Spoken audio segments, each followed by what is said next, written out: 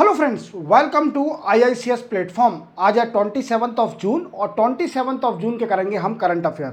Lecture start करने से पहले चैनल को सब्सक्राइब और बेल आइकन प्रेस करना ना भूलें और वीडियो लास्ट तक देखें।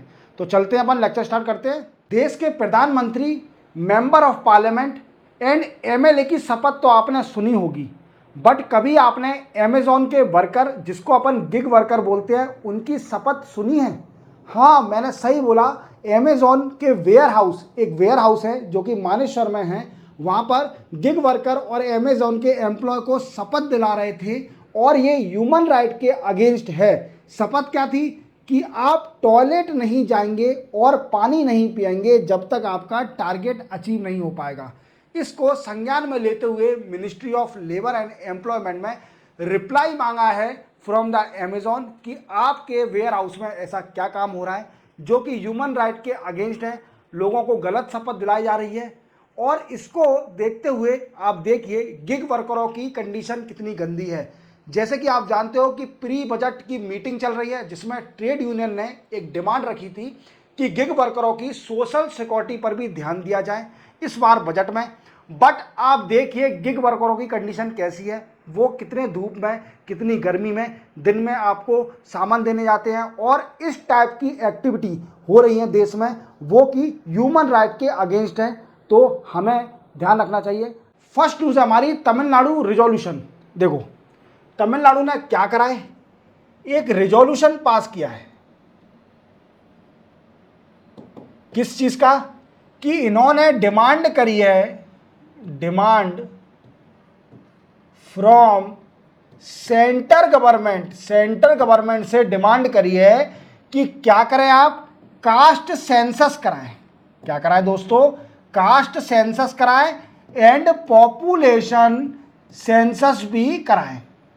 आपको जैसे पता होगा कि हमारा लास्ट पॉपुलेशन सेंसस कब हुआ था दोस्तों? 2011 में लास्ट सेंसस हुआ था।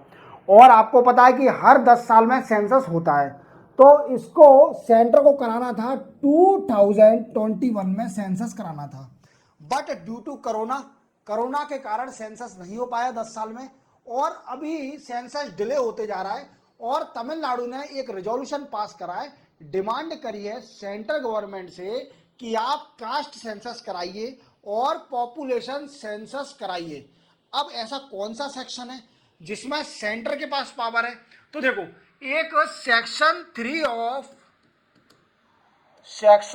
ऑफ सेंसस एक्ट है जिसमें यूनियन पावर को ही गवर्नमेंट है कि वो पूरे इंडिया का कास्ट सेंसस और पॉपुलेशन सेंसस करा सकती है।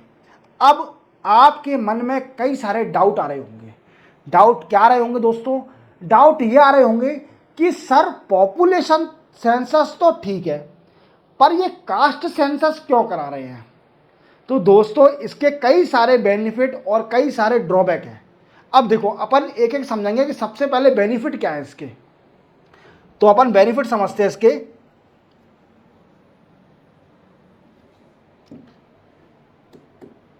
बेनिफिट देखो, सबसे पहला बेनिफिट है कि आप जानते हो इंडिया एक डाइवर्स कंट्री है।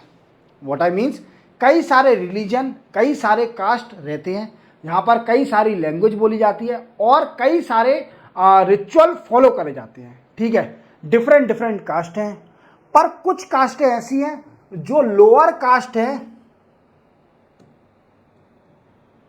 और उनकी economical, social and political condition are not good. What I means, जो कि लोअर कास्ट है उनकी पॉलिटिकल, इकोनॉमिकल और सोशल कंडीशन अच्छी नहीं है। अगर कास्ट सेंसस होता है तो इन कास्टों की पहचान हो पाएगी कि इन लोगों को बेनिफिट मिलेगा सरकार का, जिससे उनकी सोशल, इकोनॉमिकल और पॉलिटिकल कंडीशन सुधर सके। समझ में आया? दूसरा बेनिफिट है welfare policy of welfare policy. क्या है वेलफेयर पॉलिसी? देखो आप जानते हो सरकार कई तरह की पॉलिसी निकालती है, गरीब लोगों के लिए, लोअर कास्ट के लिए, एसटी के लिए, या शेड्यूल ट्राइब्स के लिए, या शेड्यूल कास्ट के लिए, या फिर अदर बैकवर्ड कास्ट के लिए। ठीक है। अब इंटेंडेड बेनिफिशियरी, ये वर्ड क्या है? जो रियल में बेनिफिशियरी है उनको बेनिफिट नहीं मिल पाता, क्योंकि क्योंकि प्रॉपर तरीके से उन लोगों का सर्वे नहीं हो पाता, उन लोगों की खोज नहीं हो पाती कि वो लोग कौन से रियल बेनिफिट हैं। समझ रहे हो आप मेरी बात को? तो अगर कास्ट सेंसस होता है तो इससे क्या होगा कि जो इंटेंडेड बेनिफिशियल हैं, व्हाट आई मीन्स, जो लोग सच में ही लाभ देने लायक हैं, उन लोगों को लाभ मिल सकेगा। समझ में आ गया दूसरा पॉइंट? तीसरा पॉइंट क्या है सर? तीसरा बेनिफिट है पॉलिटिकल पार्टिसिपेशन। पॉलिटिकल पार्टिसिपेशन क्या होता है सर? पॉलिटिकल पार्टिसिपेशन, आप जानते हो कि हमारे यहां पर डिसेंट्रलाइजेशन, डिसेंट्रलाइजेशन का मतलब क्या होता है कि people people are participate in the decision of the government. Means सरकार के डिसीजन में पीपल का पार्टिसिपेशन। ठीक है, इसको पीपल पार्टिसिपेशन बोलेंगे। आप देखते होंगे इंडिया में जो बड़े टाइकून हैं, बिजनेस टाइकून, इनका तो पार्टिसिपेशन है सरकार में, पर जो लोअर लेवल का और लोअर कास्ट है, इलिटरेट पीपल है, और जो गांव में रह रहे हैं रूरल एरिया में, उन लोगों का सरकार के टूवर्ड पार्टिसिपेशन नहीं है। Even they are not interested to cast their vote. जो उनको पावर दी गई है, जो उनको व्हाट आई मीन्स बेनिफिट दिए गए हैं, उनका प्रॉपर उपयोग नहीं कर पा रहे हैं। तो इससे क्या होगा कि एनहांस होगा पॉलिटिकल पार्टिसिपेशन, और हमारी डेमोक्रेसी डेमोक्रेसी और मजबूत होगी। क्या होगी दोस्तों? और मजबूत हो जाएगी हमारी डेमोक्रेसी। ये तो इसके बेनिफिट है। मैंने 3 बेनिफिट बताए हैं, आप कई सारे बेनिफिट और ऐड कर सकते हो, जैसे कि रिजर्वेशन। रिजर्वेशन अभी आप देखिए कि कुछ लोग वागों की सोशल कंडीशन सुधर गई है, बट उनको रिजर्वेशन अभी भी मिल रहा है। क्या मिल रहा है? अभी भी रिजर्वेशन मिल रहा है। अगर कास्ट सेंसस होता है तो उनसे क्या होगा कि वो लोग बाहर हो जाएंगे रिजर्वेशन से, और अच्छे लोग जो जो रियल इंटेंडेड बेनिफिशियरी है वो अंदर हो जाएंगे। समझ में आ गया? समझ में आ गया। और आप अपनी तरफ से ऐड कर लेना, चीज़ तो आप समझ गए होंगे, और मैं आप उसको ड्रॉबैक बताऊंगा कि ड्रॉबैक क्या होते हैं। देखो हर चीज़ का प्रॉन्स एंड कॉन्स होते हैं। अब इसके अपन पढ़ेंगे drawback.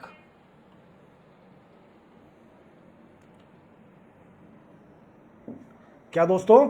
Drawback.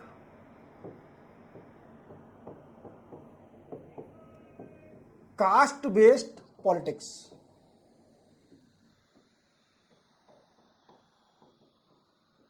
Caste based politics पहला ड्रॉबैक है, caste based politics. Caste based politics क्या होते हैं?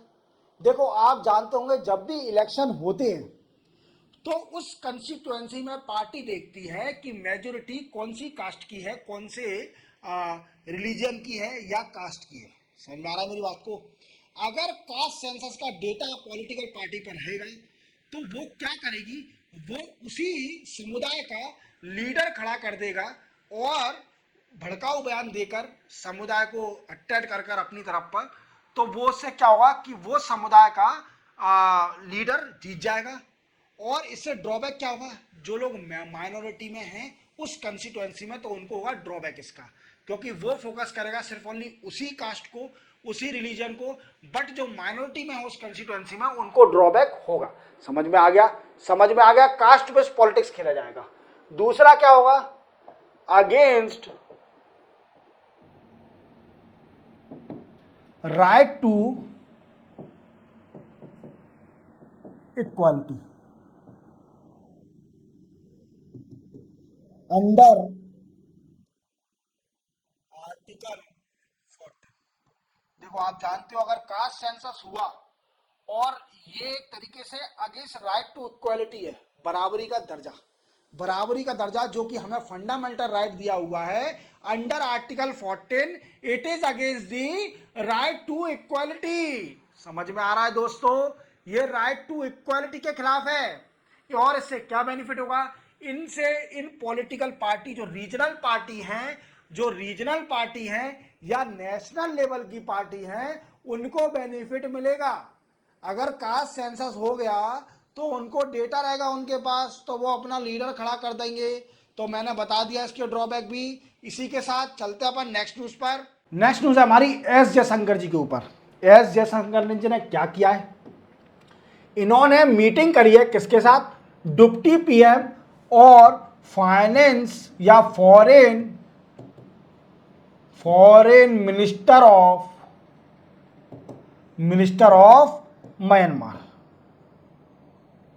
म्यांमार के फॉरेन मिनिस्टर और जो डिप्टी पीएम हैं उनके साथ मीटिंग करी है।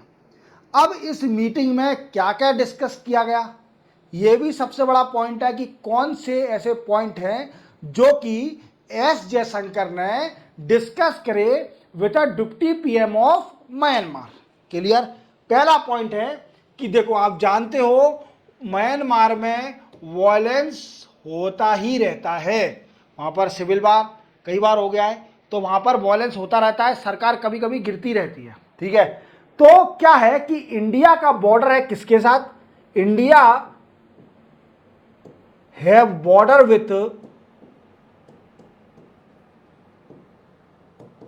विथ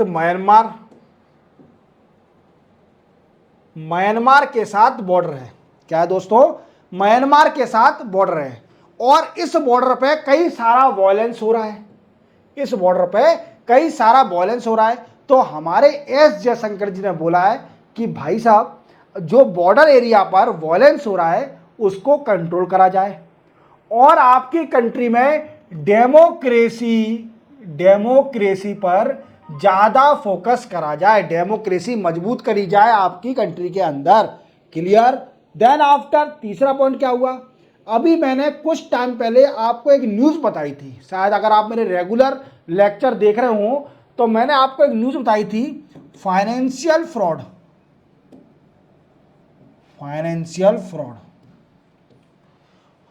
अगर आपको ये न्यूज़ देखना है तो आप शॉर्ट वीडियो में जाइए, मेरे शॉर्ट वीडियो में एक फाइनेंशियल फ्रॉड का वीडियो डला हुआ है, उसको देखिए। तो फाइनेंशियल फ्रॉड मैंने एक लाइव एग्जांपल के थ्रू आपको समझाया है।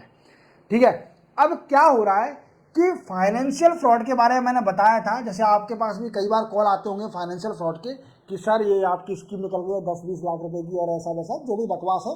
ठीक है, अगर कुछ लोग फंस जाते होंगे 100 में से एक तो फंस जाता होगा या फिर कोई नहीं फंस जाता। ठीक है, मैंने जमता रहेगा मैंने, पर क्या है कि फाइनेंशियल फ्रॉड का जो डेटा निकलता है दिया, उस पर पता किया गया कि जो हमारे north east south east of Asia की कंट्री है, ऐसे ज्यादा फाइनेंशियल फ्रॉड होता है इंडिया में। क्या मैंने बोला कि साउथ ईस्ट ऑफ एशिया की कंट्री है, जैसे थाईलैंड, कंबोडिया, ये कंट्रियों से फाइनेंशियल फ्रॉड हो रहा है। क्या हो रहा है दोस्तों, फाइनेंशियल फ्रॉड हो रहा है इंडिया के अंदर। पर वो लोग बाग क्या कर रहे हैं, लोग बाग कर रहे हैं कि वो फाइनेंशियल फ्रॉड इंडियन लोग ही कर रहे हैं वहां पर, इंडियन लोग। अब उनको क्या करा गया है, तो देखो एक बात याद रखना कि थाईलैंड से फोन आएगा कभी किसी पर्सन के पास, वो क्या कर रहे हैं, इंडियन लोगों को फंसा रहे हैं कि आपको एम्प्लॉयमेंट दिया जाएगा, थाईलैंड में आ जाइए, एम्प्लॉयमेंट आपको प्रॉपर दिया जाएगा। क्लियर, आपको एम्प्लॉयमेंट दिया जाएगा और उसके साथ उनको वहां पर ले जाकर म्यांमार टेरिटरी में बसा दिया जाता है और बोला जाता है कि आप फाइनेंशियल फ्रॉड कीजिए। क्या कीजिए दोस्तों, फाइनेंशियल फ्रॉड कीजिए। और उनको कहां बसाया जाता है, तो उनको बसाया जाता है मायावाड़ी में, मायावाड़ा ये एक सिटी है म्यांमार के अंदर। बोला जाता है कि थाईलैंड में आपको जॉब मिलेगी, पर थाईलैंड तो नहीं, उनको जबरदस्ती फिर मायावाड़ी में ले जाया जाता है जो कि सिटी है म्यांमार में, और वहां से फाइनेंशियल फ्रॉड किया जाता है। तो दूसरा और तीसरा डिस्कस किया इन्होंने कि जहां पर इंडियन फंसे हुए हैं सिटी में उनको रेस्क्यू किया जाए। क्या किया जाए? रेस्क्यू किया जाए, जिससे वो लोग बाग वहां से निकल सकें। तो आपके पास अगर कभी भी दोस्तों ऑल इंडिया लेवल का चैनल है, तो अगर कभी आपको फ़ोन आता है, आप सुन रहे हो मेरा लेक्चर तो, कि थाईलैंड में आपको जॉब मिल रही आ जाइए, तो आपको बुलाकर या तो ऑथेंटिक कॉल होना चाहिए किसी कंपनी, प्रॉपर कंपनी से, पहले उसके बारे में जान लीजिए। अगर आपको अनऑथराइज कॉल आ रहा है कि थाईलैंड में आपको जॉब मिल रही है, आप आ जाइए, तो आप ना जाएं प्लीज़, आपसे रिक्वेस्ट है, क्योंकि थाईलैंड जाते ही आपको म्यांमार ले जाया जाएगा ट्रक में भर के, और वहाँ पर आपको कैद कर दिया जाएगा मायावाड़ी सिटी में, जो कि म्यांमार में, और वहाँ से कुछ आपसे इलीगल एक्टिविटी कराई जाएगी। समझ में आ गया दोस्तों? समझ में आ गया? ये पॉइंट डिस्कस किए गए, समझ में आया? ये पॉइंट और ये सुनो, ये सिटी कहाँ पर है? ये सिटी म्यांमार और थाईलैंड के बॉर्डर पर ये सिटी है। कहां पर है दोस्तों? म्यांमार और थाईलैंड के बॉर्डर पर ये सिटी है। याद रहेगा। चलते अपन नेक्स्ट न्यूज पर। नेक्स्ट न्यूज है हमारी चंद्रयान 4। देखो, आपको मालूम है दोस्तों कि चंद्रयान 3 तक तो लॉन्च हो गया है, 1 2 3 लॉन्च हो चुका है हमारे इंडिया का चंद्रयान। चंद्रयान क्या है? चंद्र से आप समझ रहे होंगे, चंद्र क्या है? चंद्रमा मामा, जिसको चंदा मामा बोला जाता है, वो मून है। अब यान क्या है?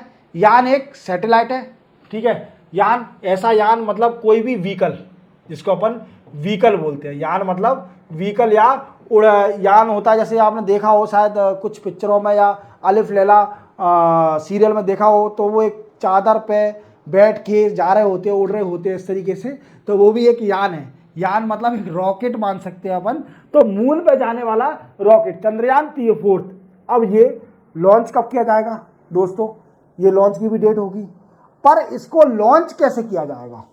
सबसे मेन क्वेश्चन होता है। इसरो आप जानते हो world one of the best space organization है। क्या है? One of the best space organization ISRO. अब इन्होंने नई टेक्नोलॉजी निकाली है, नए तरीके से ये चंद्रयान 4 को भेजेंगे। क्या भेजेंगे दोस्तों? ये भेजेंगे डिफरेंट पार्ट को स्पेस में, 2 फेज में इसके पार्ट जो होंगे उनको 2 फेज में भेजा जाएगा चंद्रयान 4 को। और देन आफ्टर मून पे पहुंचने के बाद इसको असेंबल हो जाएगा, असेंबल कर दिया जाएगा। मून पे पहुंचने के बाद इसको असेंबल कर दिया जाएगा। यहां पर पहला पार्ट पहुंचेगा और फिर दूसरा पार्ट यहां पहुंचेगा। मतलब एक एग्जांपल दे रहा हूं कॉमेडी के साथ। पहला पार्ट यहां पहुंच गया मून के सरफेस पे, दूसरा पार्ट यहां पहुंच गया। Then after by technology it assemble by technology, not human, it assemble both part and then it started work। कौन सा वर्क?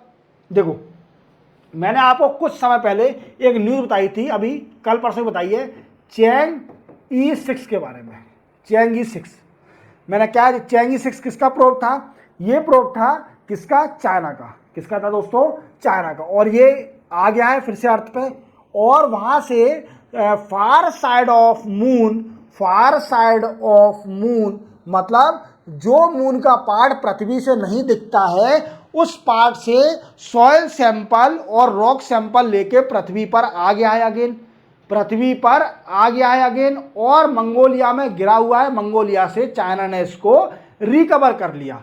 तो चैंग E6 क्या है कि मून से सैंपल लाना, सैंपल लेके आ गया है, अब टेस्टिंग होगी चाइना के अंदर। ऐसे ही हमारे चंद्रयान 4 का भी यही मोटिव है कि मून से सॉइल सैंपल, रॉक सैंपल लाना और उसकी इंडिया में स्टडी करना।